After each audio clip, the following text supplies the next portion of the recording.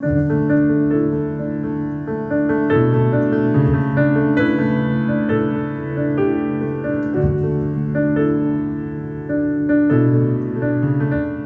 to Fields of Consciousness, a podcast for consciousness conversations with your host, myself, Jeffrey Stegman. And I'm Clayton Stedman. As consciousness explorers and founders of Focus Life Force Energy, we're here to bring a holistic approach to consciousness and share practical examples of how you can take your life to the next level.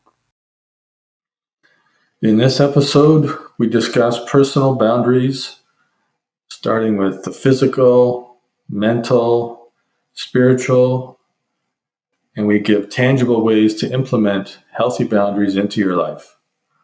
Enjoy the episode. Welcome back to Fields of Consciousness. I'm glad to have you with us. In this episode, we'll discuss personal boundaries. And our expanded perspective on that includes our energetic boundaries and the effects of consciousness fields that are around us. We'll be using the body, mind, which includes emotions and spirit framework that we used in the biohacking 3 episodes. So the concept of personal boundaries in the Western world has gained popularity since the 80s. And you may have an idea of what that means for you. And awareness and taking action on our boundaries, we believe, is important. And it's an important skill to create an environment for ourselves that optimizes our journey of maturity and our personal evolution. So the context in our definition is that your own personal boundaries, establishing those and negotiating other people's personal boundaries is always within the societal sort of views, the cultural views. Societal is really the community of people, culturals, the customs and beliefs of a group of people. It's in the traditions that we're part of. It's within the government, it's within business, and within, the religious sort of environment that we may have grown up in. So personal boundaries, I'll hit this definition and love to discuss it with you, Clayton. Mm-hmm. So you could call a personal boundary an individual set of declarations that we ourselves make, describing our sense of self and our personal autonomy for ourselves and others. And it is always in these contexts that we mentioned, societal, cultural, traditional, government, et cetera. And, we're deciding on those boundaries. And for me, there was an example for me was my father. So I was in business with my father at one point, not anymore. And he just has certain personality that was, a little bit critical and grumpy. And when I was not watching my boundaries, I would just take that in and I would just judge myself. And so for me, setting those personal boundaries was a declaration that I made personally that I'm not going to let this bother me. It's his stuff. It's not mine. And that made a huge, huge change in my life. How about you, Clayton? Are there boundaries that you've personally set? Well, it feels like I'm still learning to set them, in my late 50s. Man, if there's ever a time when you want to get your boundaries straight, it's this day and age. Of course, this is, we're recording this at the beginning of March 1st, 2022, and we'll talk more about this in a little bit, but there's been a huge exercise in boundary setting in Canada with the truckers' convoy, and there's one happening in the United States with the Freedom Convoy. Mm-hmm. So that's a real down-to-earth, practical experience of personal boundaries in a culture, and also we get to see where we fit in that as individuals. Mm-hmm. Yeah, that's a great example of government, setting boundaries with our government, where these laws come in and the people can step up and say, no, we don't agree. That's crosses the line, a boundary that we've declared. So physical body is another one. Was there something else you want to say there, Clayton? Yeah, I mean, we're just going to talk about an expanded definition of boundaries. If we're talking about a cultural boundary as it relates to just what we've discussed around the relationship with our government, the constitutions and the Charter of Rights and Freedoms that countries create, and typically it's the people who found or started that nation, that's a set of boundaries that is organized to create the healthiest possible nation. And so it's a little bit macro, or it's more of a macro level than our personal boundaries, but it's up right now. So it's a great conversation piece. If we're looking at defining personal boundaries, what we do that's a little unusual is we measure the level of consciousness of definitions. And this definition is a little bit of a work in progress. It calibrates about 850 on the Hawkins map, or the Hawkins scale of consciousness. We're going to go through and talk about a major distinction that we discovered in personal boundaries that took the level of consciousness of the definition to an unusually high level. So we should probably get into that, Jeff, before we get back to the physical stuff. So in order to have a high consciousness definition of boundaries, you need to include the concept that we are directly connected to divinity, and that we are part of divinity. And therefore we should be respected because we're, I guess, important, and that other people should be respected because they're important or they're a part of divinity. And without that foundation, we couldn't get the level of consciousness of the definition of boundaries above 600. Now, it doesn't mean it isn't possible. It's just we couldn't do it. So for those of you who are using advanced kinesiology or muscle testing to explore truth and relate that to your own life, or even relate it to a conceptual framework, I think that's important to consider. And once we have that premise, it's much like the Canadian and the United States constitutions.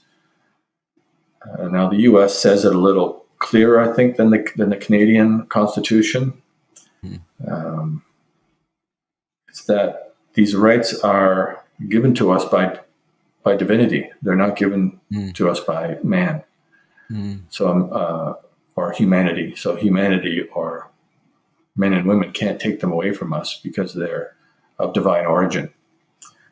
And that's a fundamental part of the reason why the U.S. Constitution is the highest constitution on the planet that I'm aware of. And the calibrates around 700 on the Hawkins map of consciousness. So if you're familiar with that, you'll know what that means. If not, you can look that up. There's a lot of information on the internet. It's Dr. David Hawkins. His first book was Power versus Force. We use that a lot in our references in our bodies of work. In the Canadian Constitution, sometimes they're called a little different in different cultures. Some people call it a Charter of Rights and Freedoms, so they call it a constitution. The more explicit you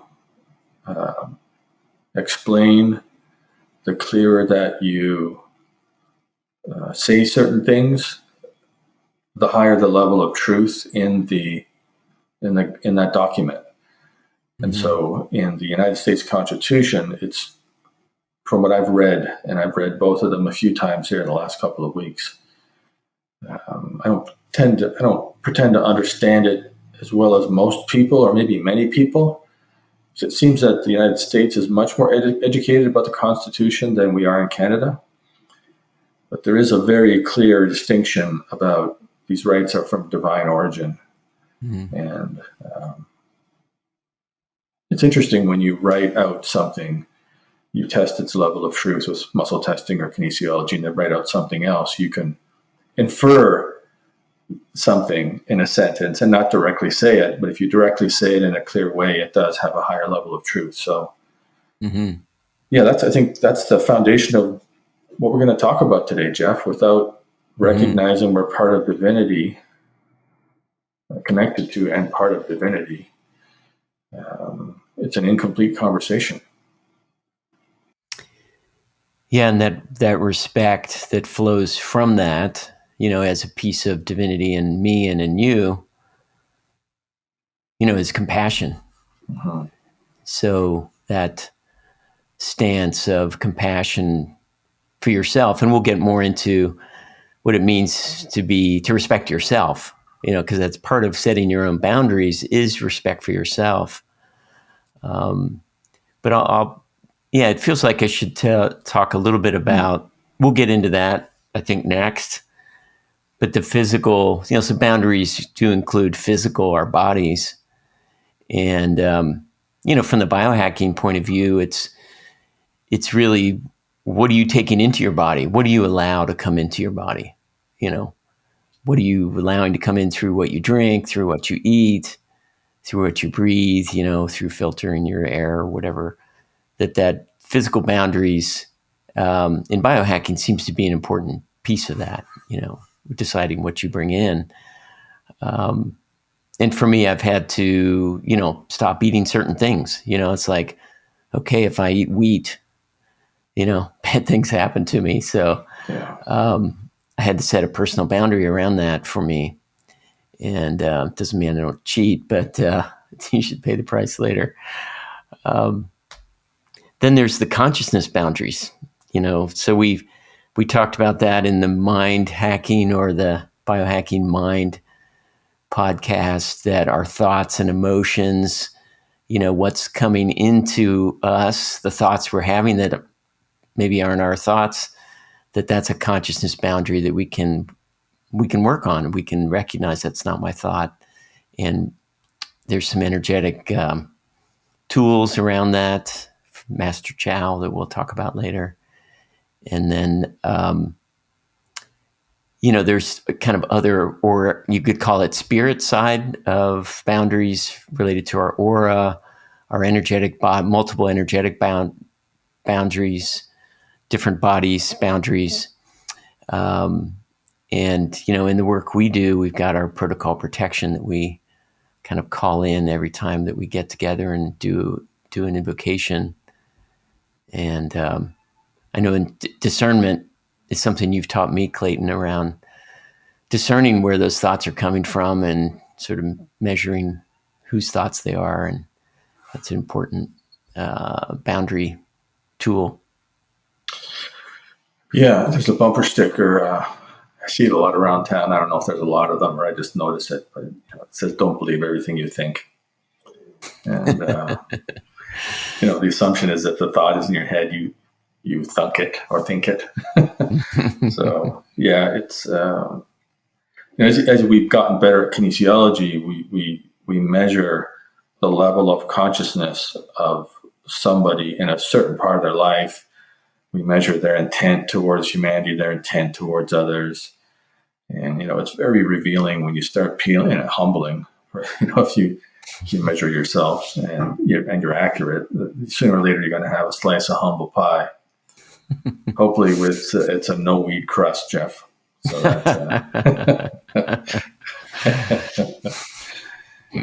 had we had a winter festival here at FLFE this last week. It's our kind of first experiment with it, and it was the Sugar Shack theme, because Sugar Shack's a big tradition in Canada, probably in the States too, Jeff.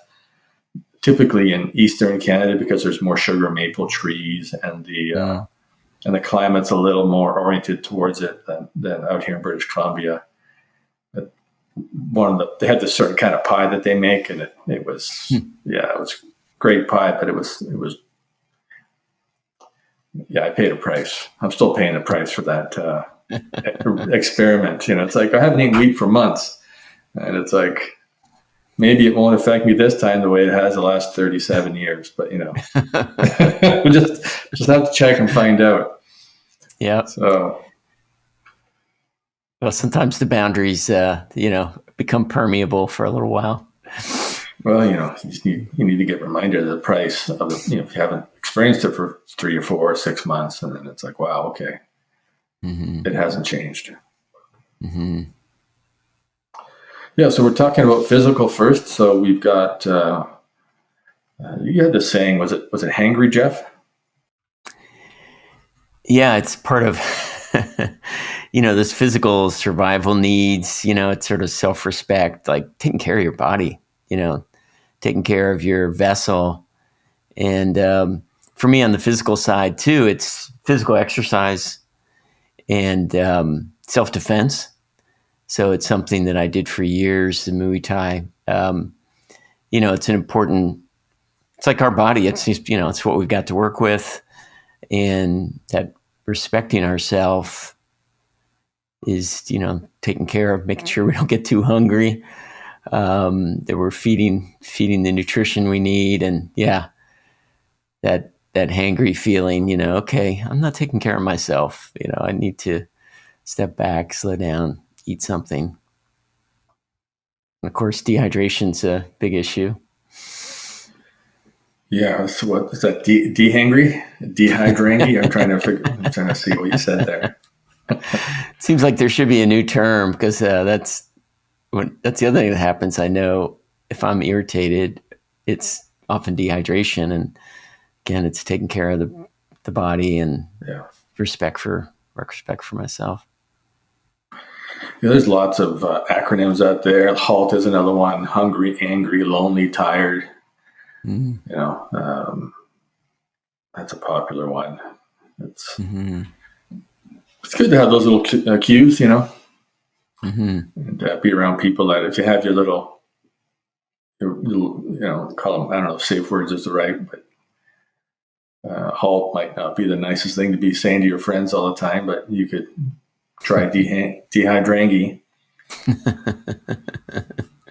Well, that doesn't include lonely, but we'll have to butcher that a little bit more.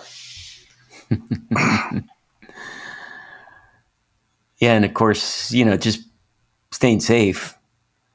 Again, respect for self. Just staying, either not going into unsafe locations, or in my case, probably driving too fast or riding a motorcycle too fast. So it's like taking care of those, respect for self in that way.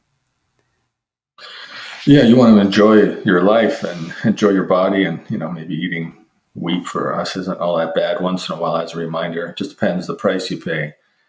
So it's this dance we do between enjoying life and not doing things that cause you to not enjoy it. Mm-hmm. Yeah, and be alive to tell the tale. Mm-hmm. Well, I like this, including divinity into this, that we're a piece of divinity, that what's the purpose then for life? So respect for self. Why? Because we have some purpose here, right? We have some evolutionary, path that we're on. So we take care of ourselves so that we can evolve and become more mature, more adult-like in all parts of our lives, and, achieve our spiritual potential, you could say. Yeah, so if we're talking about the U.S. Constitution, and what is so we use this concept in our conversations and our research a lot. Jeff called the tipping point, or the critical factor, more the critical factor. it's where you can put the least amount of effort in and get the most amount of gain.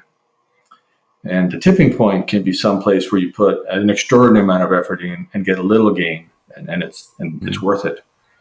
So when we're measuring the level of consciousness of a document, particularly the U.S. Constitution in this case, when we change the sentence, the pursuit of life, liberty, and happiness, to the pursuit of life, liberty, and enlightenment, assuming that the level of consciousness of enlightenment is related to, we would say, the Hawkins map of consciousness, or the Hawkins scale of consciousness, where there is an enlightenment range in terms of the experience that we're having that's measured on that scale through kinesiology or muscle testing.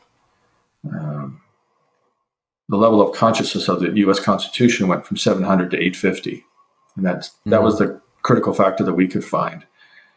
So this ties back to personal boundaries, because if you don't respect yourself as a part of divinity and other people as a part of divinity, and if you don't have a perspective that the purpose of your life is to achieve and sustain enlightenment, which could have been interpreted as happiness on the part of the founders of the Constitution,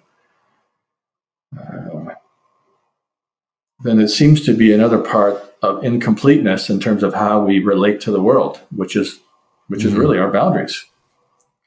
And we sort of take that for almost granted in our conversations, because it's just a fundamental part of how we organize our life and how we plan things. I mean, there's times when we just aren't as busy because we want to focus on our consciousness and not on the business. And that's just, that's just the reality of our values. And for us, that path of evolution, towards enlightenment, you could say, is increasing freedom. Yeah. And so that really does come into boundaries, like, what does freedom mean for you? So it could be freedom from domination, freedom from, your time being taken up by somebody else that's not your work to do. And maybe it's freedom from somebody's problems that aren't your problems. That respect from others is, setting that personal boundaries around physical, where you are in physical space, but also that mental and emotional piece, respect for our evolutionary path and respect for the other person's path, personal development path, that, they are where they are. It's their stuff. I don't have to take it on, So I think, and having that respect from someone else means they're not trying to make it your problem. They know it's their work to do. So, and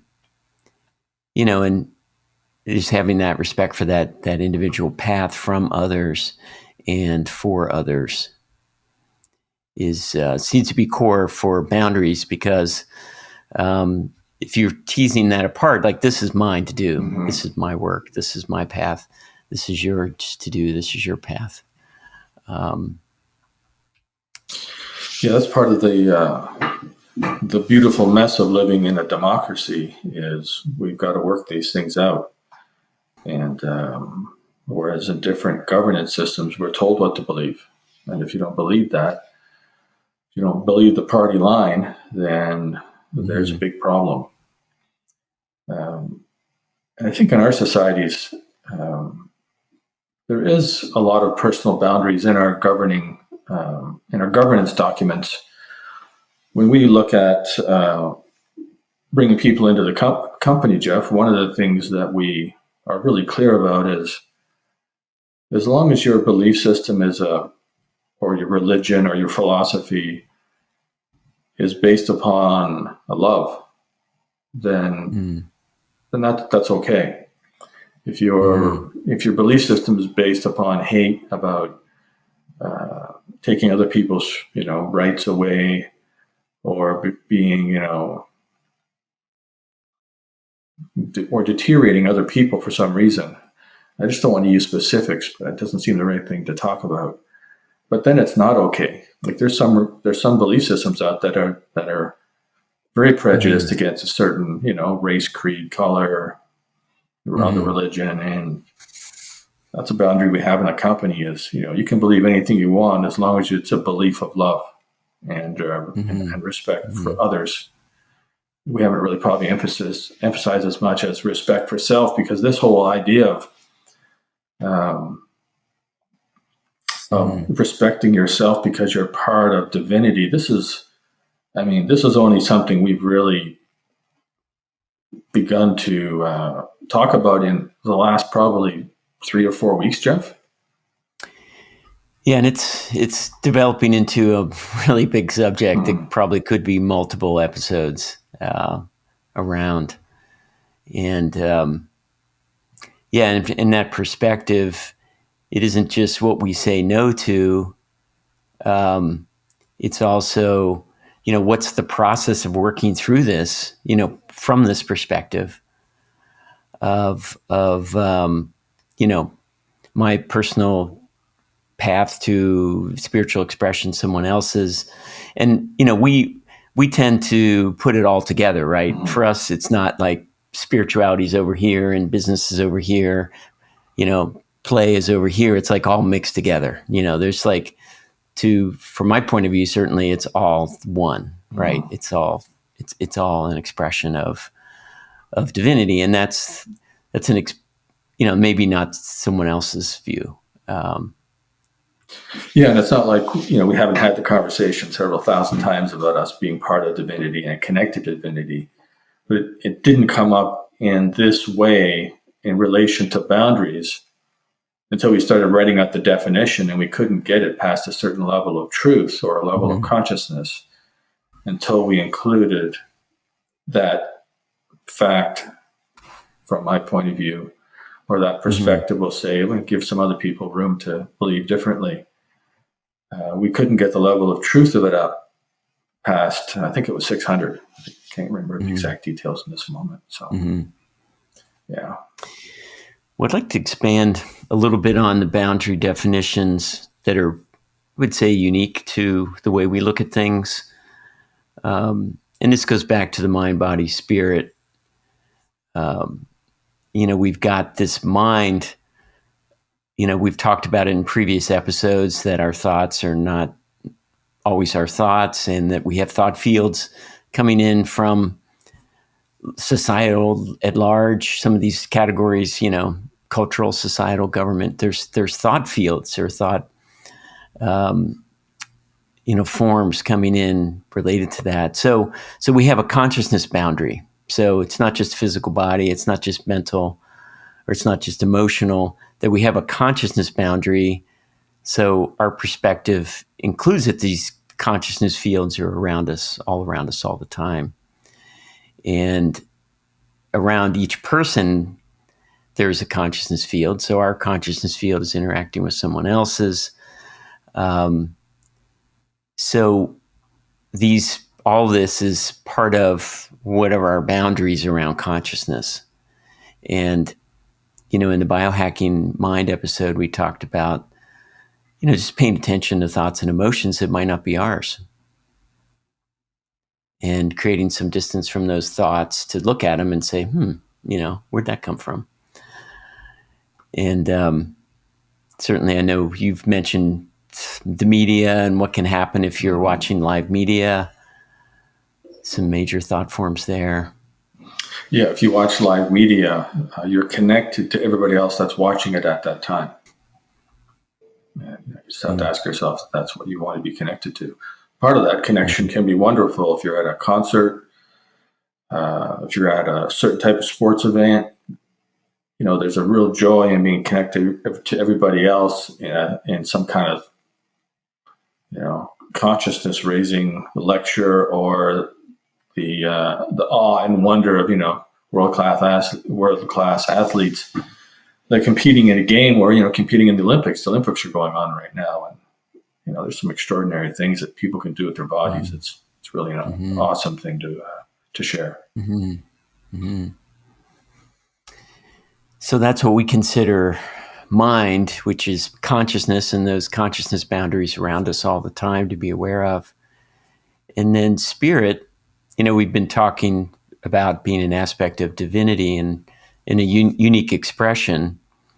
But we also have an energetic system that you could consider as part of our spirit, the aura. And, this energetic system is interacting, as we said, with other energetic systems.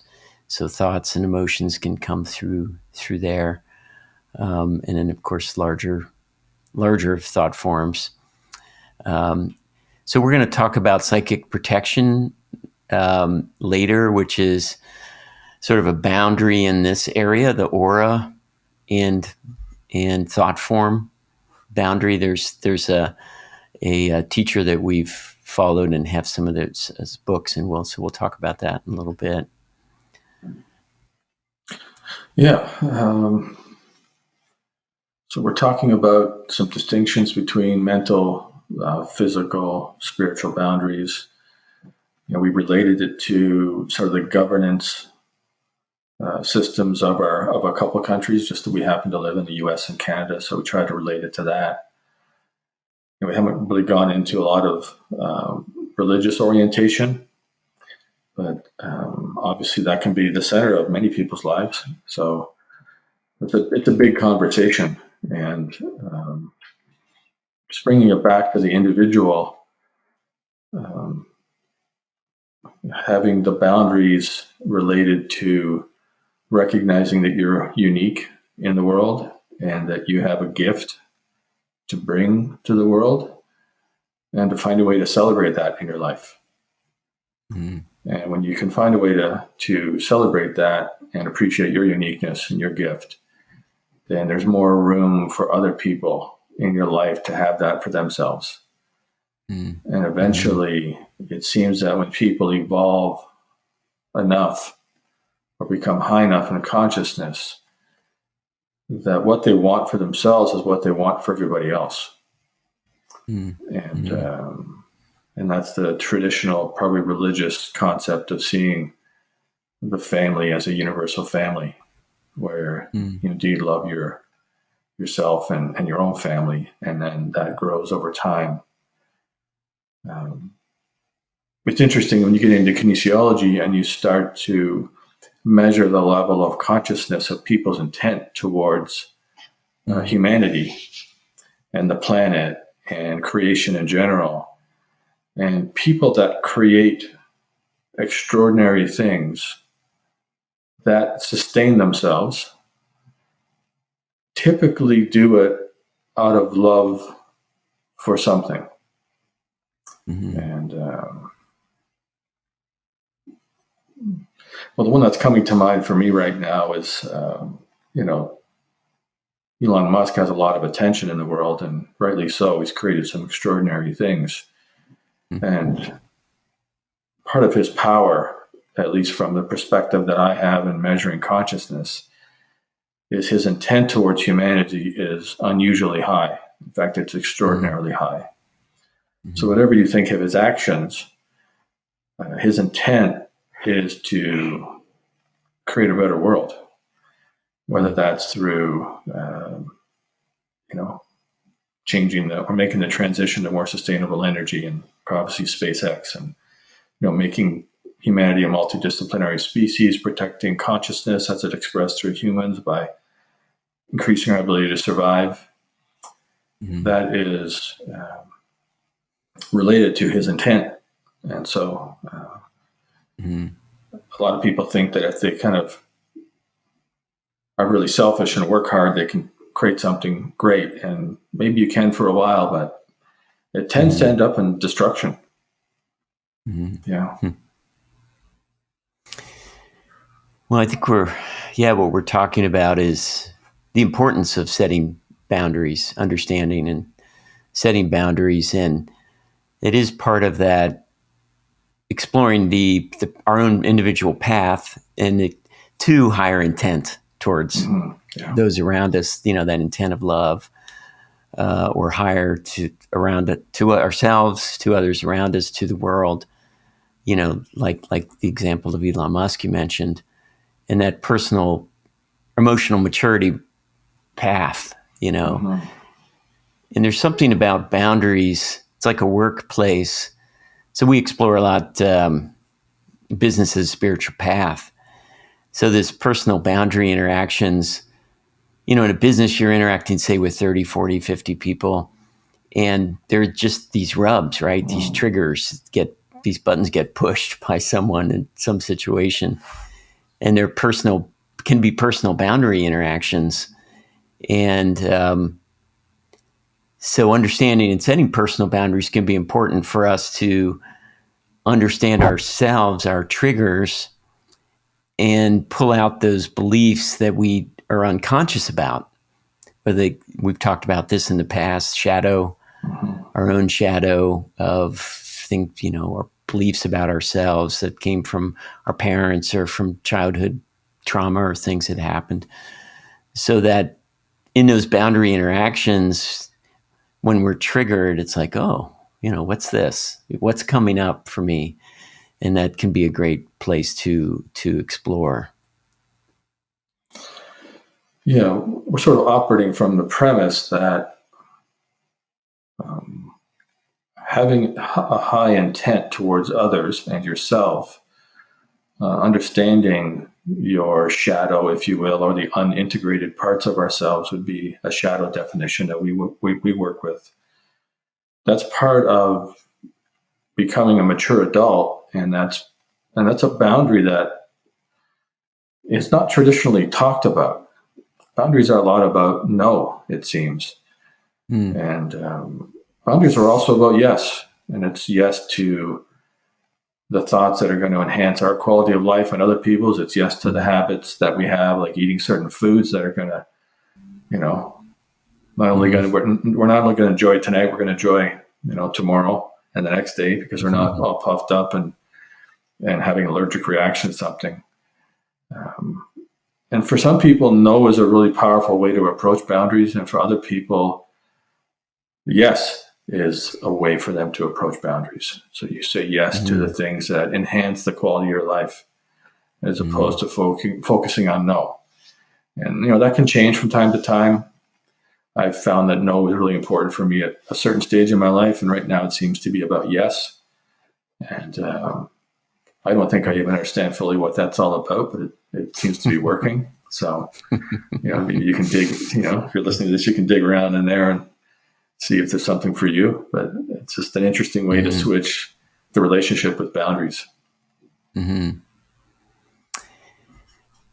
Yeah, and really, probably the most important outcome of boundaries is to be at peace. This freedom aspect of rising in consciousness that we talk about, where you're free from your own stories, you're free from somebody else's stories really impacting you.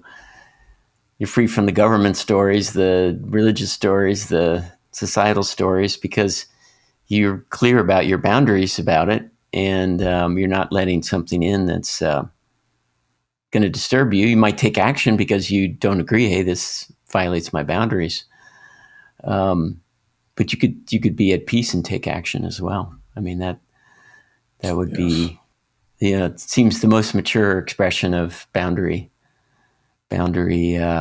work would be to be at peace and be in joy. And yeah, it's not peace at any price. Peace typically comes with a price. And most people aren't born into peace. The odd person, I think, is most of us. We earn every step of peace up the the stairway of our life, and it typically starts with the internal work. If you have a really healthy environment at home, it seems that you get a lot of what you need. But for most of us, we've got to do we've got to do coaching, we've got to do counseling, we've got to do group work, we've got to work with energetic medicine. It's those boundaries are pretty porous for most of us as children. Yeah, I do want to mention, we talked about shadow, just sometimes the flip side, the negative of things that are unconscious. about boundaries can be control and domination. Mm-hmm. So that you could use what you're calling boundaries to, stop someone else's free speech. I don't want to hear, your free speech. Yes. So there's something to keep in mind about boundaries. Is it coming from that respect of the other, respect for yourself, respect for the piece of divinity that we are? And is there control and domination that's an underlying unconscious piece there? Yeah, the conversation about conscious and unconscious boundaries was really interesting. I mean, there is a saying in the coaching world, which I guess I'm still involved in. I was full time in it for 25 years. If you want to know how you're doing with something, you look at the results in your life. You don't look at the story you think you have in your head. Mm. And you can talk about something with maybe elegance, but the results in your life are the reflection of what's truly inside. And so Mm-hmm. if you're wanting to know what your unconscious beliefs are, which is connected directly to your boundaries, you just have to look at your life. Do you have Mm. loving relationships? Do you live in a place that you enjoy living in? Do you have work, joyful, well-paid work that you like? You can go into this in a lot of detail, but the point is Mm. that there's unconscious things in all of us, and Mm. um, Mm. we refer to that as the unconscious parts of us, the unintegrated parts of us are we call it shadow. I mean, Mm. if you think the good life for you is to be angry and fighting and be disturbed all the time, then that's your choice. And if the outside part of your world is angry and violent and confrontational, then I guess you've achieved your goal. And Mm. if your intent is to be at peace and support others to experience the best life that they can, then if anything in your life is out of alignment with that on the outside, that's about at least partially about you on the inside. I wouldn't say it's about you unless it's really close. Like if you're a parent and you have Mm. children, you have the most control, you have the most influence over those children. So that Mm. would be Mm. I mean, many parents that I've talked to, and I'm not a parent, they say that parenting has been their greatest journey. And a Mm. lot of that, from what I've heard as well, is they get to see who they are in the reflection of their children. And when Mm. they change themselves, they change their children. And it's a great feedback loop. Mm. Yeah, it's instantaneous almost. Yeah. Yeah. Yeah. The good news is it's instantaneous, and the bad news is it's, Yeah. instantaneous. Yeah. So, in talking about a healthy boundary, so there's rigid, porous, healthy boundaries. Porous, we've talked about in the past, kind of energetically leaking. Mm-hmm. So that can be, that's kind of back to the aura and the spirit part of boundaries is not leaking energy. Um, and I know it's something that you've worked with. Yeah. When you're vague or unclear about boundaries, and if you're struggling with boundaries, you typically need to go back and identify your values. And those are the things that are important to you, and you get to choose those. And then beyond that, it's really hard to be clear about your boundaries unless your basic needs are met. And Mm-hmm. I grew up in a kind of a middle class home, so there was a lot of the stuff was taken care of. And then when I went out on my own to try to create my own life, I didn't do a great job of taking care of the basic needs, and I just took it for granted. And Mm-hmm. well, I don't know if it was a mistake on my part, but it was a pretty painful lesson that you just don't end up in a decent place to live with a car that's safe to drive and get you around, and decent food to eat, and and money to educate yourself if that's what you want, or or if you have a hobby, you want to enjoy that. It just doesn't happen by accident. And and when you go back to trying to get your basic needs met from a place of all this abundance around you that you just didn't appreciate, that can take years to work through. And then, it kind of messes up your values for a while. You're not sure what's important. I mean, you do stuff that you just, you wouldn't even thought of doing when you had all those resources around you. And all of a sudden you're out on your own. And depending on what support you have, if you've moved a long way from home and you didn't like the story at home, it's like, those are some hard years, man. Those are porous years. I guess I hadn't thought about saying it that way, but I guess they could be porous years. And then what happens is sometimes we get really rigid, right? That's where, out of fear, you just like clamp down, and it's hard to be intimate like that. It's hard to ask for help. You're not letting a lot of good out in the world because you're pretty well in survival. And there's a lot of advice and information and assistance that it's hard to let in when there's that level of struggle. Yeah, and getting to that peace, to that healthy boundaries, it's really that kind of peace being like minimal triggering, minimal repeated stories in your head, minimal living in the past, like in your story of living with the parents and that support that's there, but to really be your own person, your own independent person. And so boundaries, we've talked about boundaries, in a workplace where you've got those frictions and things happening, which are great and great opportunities for evolution. And of course, friends and family. Family's one of the big ones, because there's so much unconscious shadow there that keeps arising.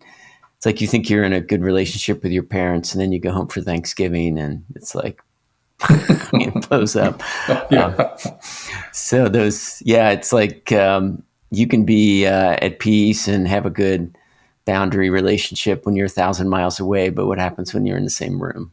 So that, again, that's where the shadow arises, and it's a great opportunity to work that through, to be at peace with your family when you're with them. Yeah, it doesn't seem you have to look too hard in life to find out where your boundaries are and they aren't. There's plenty of opportunity out there to see yourself in the world. So we haven't talked about, we kind of did the macro on the governance system of a country, which is a type of boundary for all the people that live in it, right? I mean, I don't think we could ignore that in the conversation of boundaries. And then you come right down to things like, having a financial plan and sticking to it as a boundary, having a dietary plan if you need to, and sticking to it as a boundary. It seems that social media these days gets more and more compelling. Maybe it's just something for me right now, but how do you manage your relationship with the media? How many hours a day are you working? Can you shut it off on the weekends if you need to, or does working on the weekends, is that a yes for you? Is that a positive boundary where you're creating something for yourself or your family or whatever? It's important to you, and working is what you want to do. And everybody's telling you that you should live a balanced life. Well, I don't believe in balance. I believe in consciously choosing your values. This balance word it's just used as like a a stick for for those who are lazy-minded or they just don't understand themselves well enough to know that what's balanced for you isn't balanced for me. Everybody gets to choose their values, and we all have them whether we're conscious or not. And it's I call identifying your needs and values. I kind of call it the grind. There's some things in life where you have to put 10 units of effort in to get 1 unit of result. And that applies to, lots of things. It's like prepping for a meal. 90% of the work is in the prep. So getting down to, if you're struggling with boundaries, you need to go back to values. And if you don't have your basic needs met, it's hard to really figure out what's important to you. So that's yeah. So that would be the sort of the process that I know from coaching, you had a process related to setting boundaries. The first one really being what you just said, respect for yourself and your basic survival needs. What's next after that? Yeah, well, I didn't have the piece about divinity, respecting yourself because you're part of divinity. But it was basically, if you don't, if you can't take care of your basic needs, it's hard to understand. There's natural values, and then there's chosen values, right? Mm-hmm. So some people really enjoy being in nature. Like, it does something to them that they don't have to go looking for that. It's always been there. It's like, for you, Jeff, it seems that exercise does something for you that, you don't have to go looking for what connects you and grounds you and makes you feel like yourself. Like, there's things that are just natural ways we are in the world. And so for you, I see it in exercise. For me, I definitely feel that just being out in nature, that just works for me. It always has. I didn't need to do a values exercise to figure that out. I just needed to be out in nature and go, wow, So, so that's part of the evolution of values, is to recognize that there's natural ones that are, gifts from the divine, I suppose. And there's ones that you've got to explore. Like, do you want to save 5% of your money? Do you want to save 10%? Do you want to save 20? You want to give it all away? Do you want to pretend that it doesn't really matter? It's not the most conscious value, but that would be, that'd be kind of a down to earth example. Yeah, thanks. I mean, for me, I guess part of it is what's bothering me. What's happening right now that's where my peace is, diminished somehow. The joy is diminished somehow. Like, where finding that spot, making sure I'm not hangry or dehydrangry, and moving into, what does it tell me about my unconscious? Is there some personal work to do later? And then really looking at myself, there and the other person, the respect for the other person. And, in the body side, it's that physical separation. There's sometimes you talk to someone from another culture and they're about 2 inches from you. And it's just, it's not comfortable. We're talking pre-COVID, I guess. Yeah. But now everybody's 6 feet apart. I'm starting to get uncomfortable with that. I just want to go hug everybody. And that's part of that physical too, is asking, does someone want to hug? Especially now, that's important. But it was one great thing about going to David Asprey's conference. Like, you wore an armband, and if it was a certain color, you accept hugs. You wanted, you wanted to be hugged. If it was another color, it's like, stay 6 feet away. So it's great. You just knew. You just go in for the hug because you've seen the yellow wristband, or the green. It was green wristband. It was red if you were 6 feet away, I think. So, but the body, the physical self-defense was the other piece, to really be able to take care of yourself in a situation. That's, that's part of boundary setting. And then, like you said, what are your values, sitting down and doing that writing. Like, what do I really care about at the core that I'm not going to compromise? Yeah, to have proper values and boundaries, you need to have what I called in coaching, and I learned this from doing men's work, is you had to have standards and terms. So standards are things like showing up for a meeting 95% of the time. You're not going to be there 100%, or maybe it's 80, or maybe it's 40% of the time and you got a problem. But at least, as long as everybody else doesn't matter for 20-40% of the time you show up on time. So there's standards, and then there's terms. The terms are the things you never do. Like, that is a line in the sand you make for yourself. And when you do your values work and you come up with your standards and terms, or whatever the linguistic equivalent is for you, when you start writing down your standards and your terms, boy, you get challenged by life pretty quick. So you don't have to go looking too far for life to teach you a lesson when you start writing down your terms, the things that you will not compromise under any condition. And those are great exercises. It's good to review them once in a while too, because things evolve. Well, and saying those uncomfortable things, that that's where you learn about the other person and about yourself. It's like, wow, I'm having a hard time saying this boundary that I need to say. I guess, doing too many boundary changes at once might be a little bit difficult too, just because of that shadow that's underneath, that unconscious, I always like the bungee cord, concept, like, oh yeah, I know I need to do this.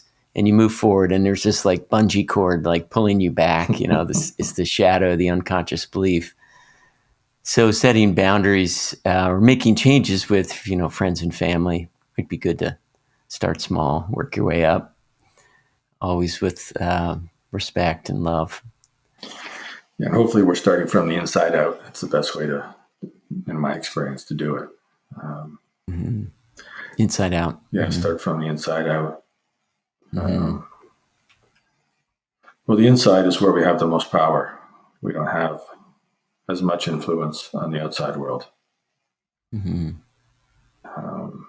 And there's this one thing that we were talking about earlier, and I don't know if we have time to get into it today, but there's this idea of the stories that are still in our head, or the things we're replaying from the past that lead us to. It's kind of a clue that we have an incomplete boundary there. Yeah. Yeah, I think Brene Brown talks about that. The story that I'm telling myself is, that's that repeated story. Yep. Yeah. It is definitely a clue that we're not at peace there. Yeah. And there's either a boundary thing that keeps occurring over and over, or that we're just not clear about our own values and our own stance about it. Yeah, it's just we need to evolve through whatever that story is that's repeating in our head, and usually that involves setting a bunch of boundaries with ourselves, maybe others, but start on the inside. So protecting the inside is this sort of energetic boundaries aura work, and so we recommend this Master Choa Kok Sui, SUI. The book's called Practical Psychic Self-Defense for Home and Office. And I have a copy of it here. It's something I look at fairly often. There is some great exercises in there, and the book's a little hard to find. So we can put the how to create an etheric auric shield, which is the same process for a mental shield that would just kind of close your bubble, you could say, to too much incoming. So we talked about porous boundaries around energetic, thought forms, consciousness boundaries, that this is one way to sort of tighten those up. And it's a visualization and pranic breathing process. It's fairly simple. We'll put it in the show notes. And unless there's more you'd like to say about that, Clayton. No, we were talking about that book for probably, I don't know, 10, or almost 9 years or 8.5 years at FLFE. We've talked about it for years before that, so it's got to be at least 10 years. And there's other books around that one, but that's the one we keep coming back to when we talk about the psychic self-defense. It just seems to be the one we keep coming back to. Yeah. Yeah, and it just What strikes me about this exercise, so you're picturing this egg around you, which is really your aura, and you're asking for it to be a certain color and to sort of reflect these thought forms, and that you're inside, you're completely surrounded by it. But what strikes me is it's such a great example of our personal power. Mm-hmm. That we can be as porous or as healthy in our boundaries as we want. It's our choice. And these energetic boundaries, including consciousness, are really important ones that get missed generally in the standard conversations about boundaries. But that all we need to do is visualize and ask and connect to a higher power. That's part of this process. It's why it works. And things change. You can practice this. We could put it in the show notes. It could be part of the takeaway if you'd like for today. You could try this process and see what happens to your thoughts and your emotions. Yeah, I mean, psychic self-defense is a pretty subtle art. When most people are thinking about boundaries, they're talking about physical things, right? It's who do I allow to touch me? Who do I touch? How there's that real base kind of level. What do I put in my body in terms of food? But then eventually you get to, you're more than a physical being. You're more than just the thoughts that inhabit you from time to time. You have these other energetic components to ourselves, like typically you've referred to it as the aura. And I've only been able to see people's aura a few times in my life, but there's people who can read auras. I mean, I've had people read my aura and tell me what's going on in my life, and it was spot on. So I have personal experience that I, if it happened enough times, that I trust that people can do it. So it's I guess it's probably worth saying here that when we've done research on where our energy comes from, just raw energy, most people would think it just comes from food, and it does, of course. But if, according to our research, about 65% of our energy comes from the air that we breathe, which is the prana, which contains prana or chi, the air, as well as hydrogen, oxygen, and other gases. But the prana or chi, which we call life force energy as well, is converted in the lungs through the alveoli and the tiny nerves in the alveoli, and they pull like an electrical charge out of the air. That's the way I think about it, and that's what energizes the body. So 65% comes from the air that we breathe, and maybe 20% comes from the food, and about 15% comes from the magnetic forces of the earth. And so when we're talking about this gentleman's body of work, it's called Master Choa, is what I typically call him. You have to include.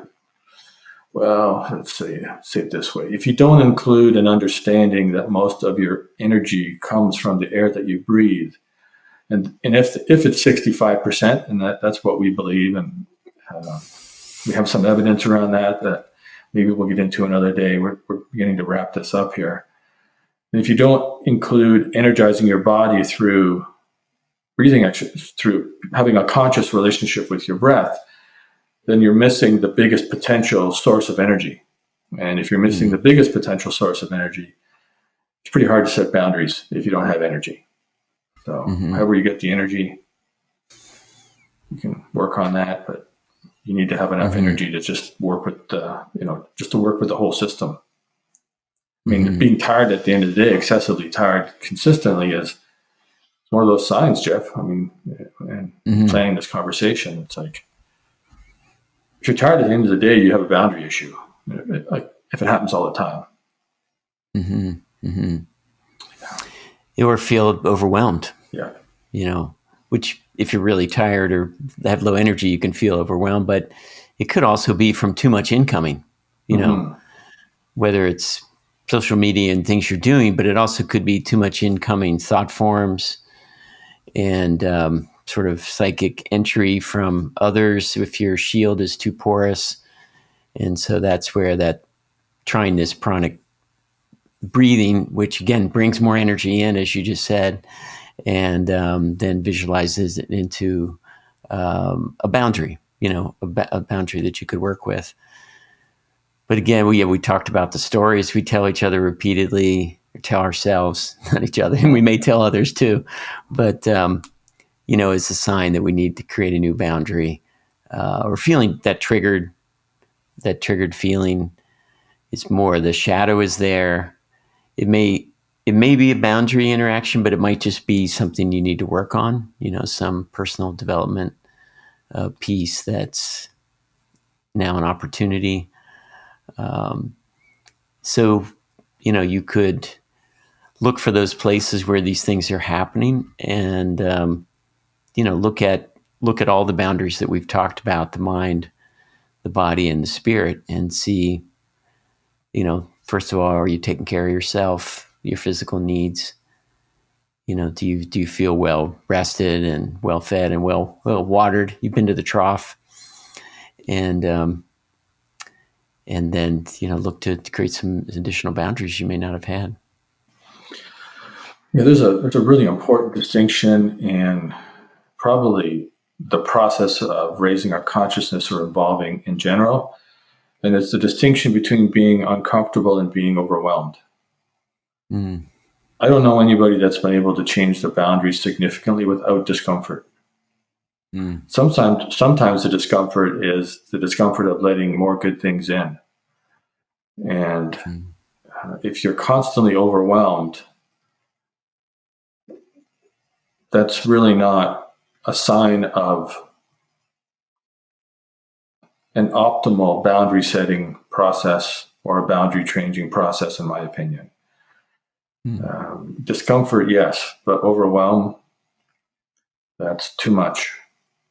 Either you're trying to make too many changes at once, there's too many inputs that you don't manage well. Whatever it is for you, overwhelm is a sign of stepping back and slowing things down. So that's I think that's worth saying. If you're if you're working in the mental health field at all, or even with yourself or friends or employees or spouse or children, if someone's in a state of overwhelm a lot, then that's something to really pay attention to. Yeah, and give them the space. That's important. Thank you, Clayton. Well, we've got oftentimes in setting boundaries, there's different communication techniques we can use. We're reading a book right now in the office. Jeff, Ashutosh, and I have been using this. It's called Having Crucial Conversations. And in planning some of the conversations with the staff, even the ones that are that you want to have, the joyous ones, they're kind of crucial. So you have a format for it, which helps create a boundary. As you go through the conversation, there's a process. So you don't have to rely on just winging it or and having it go sideways. There's a certain structure for having those really important conversations that we found really helpful. And he's starting to explore, different communication techniques like Marshall Rosenberg. Nonviolent communication is really popular.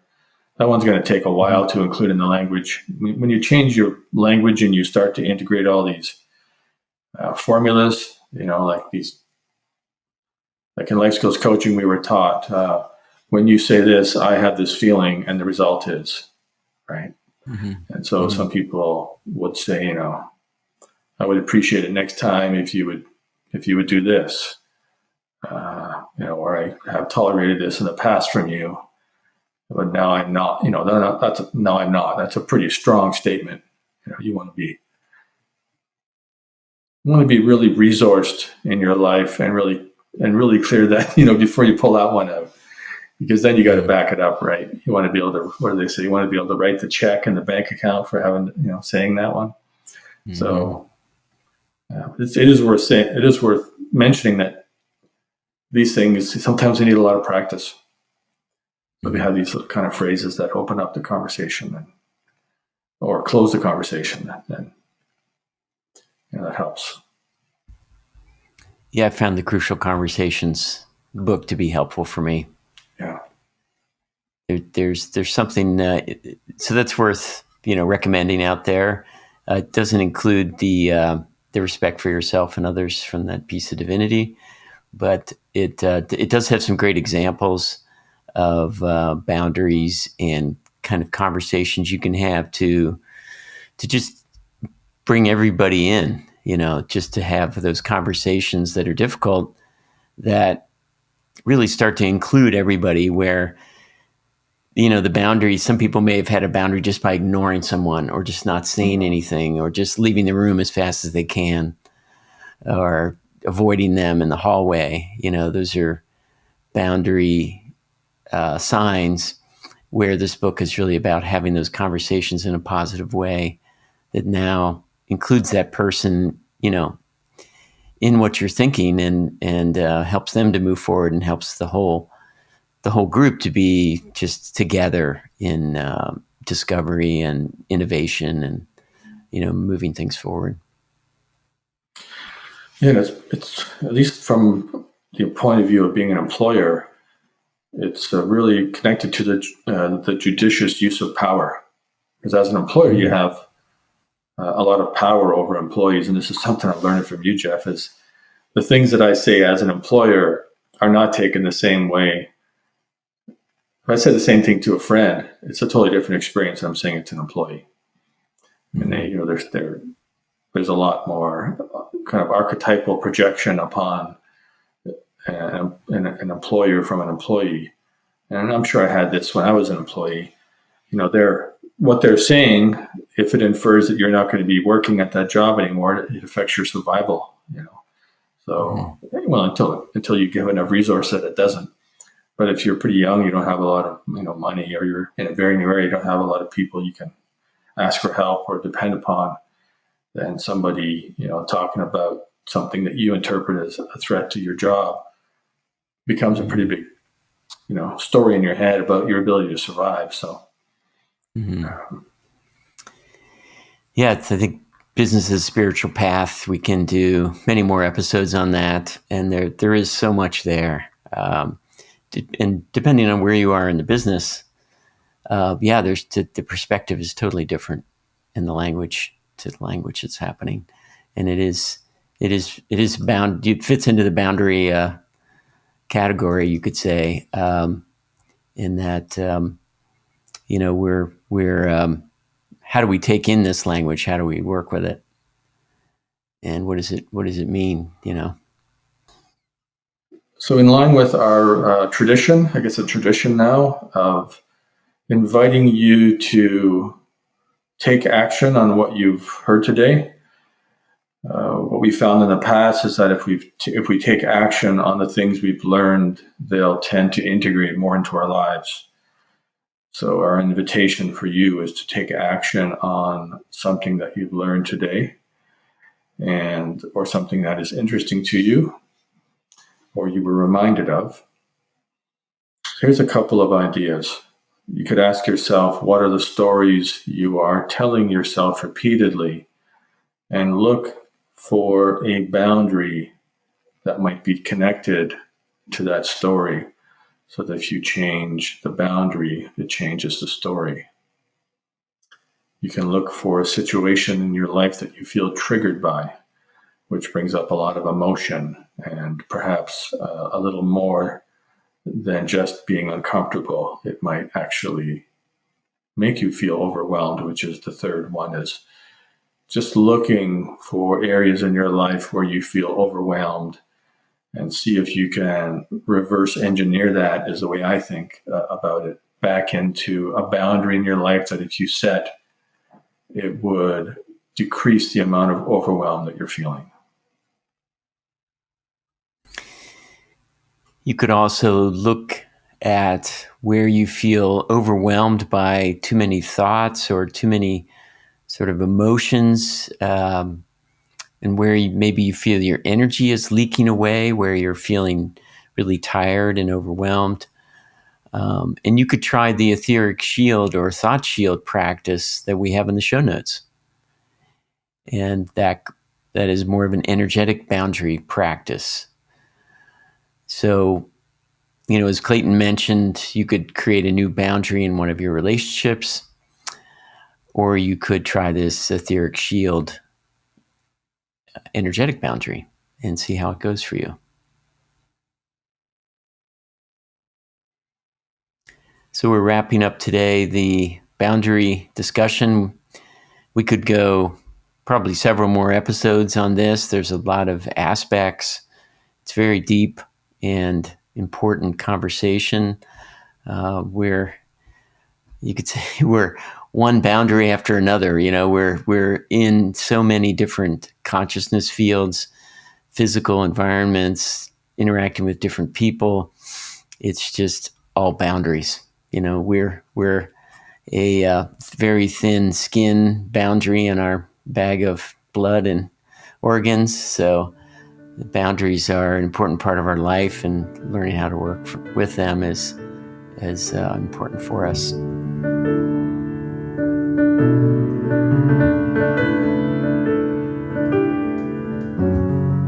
Thanks for joining this episode of Fields of Consciousness, the podcast of consciousness conversations. We invite you to visit the link below the episode to experience a completely free trial of focused life force energy for 15 days. If you like, you can subscribe to the Fields of Consciousness podcast and tune in next time. We release new episodes every other week on Tuesdays at 11:11 a.m. PST. Onward and upward.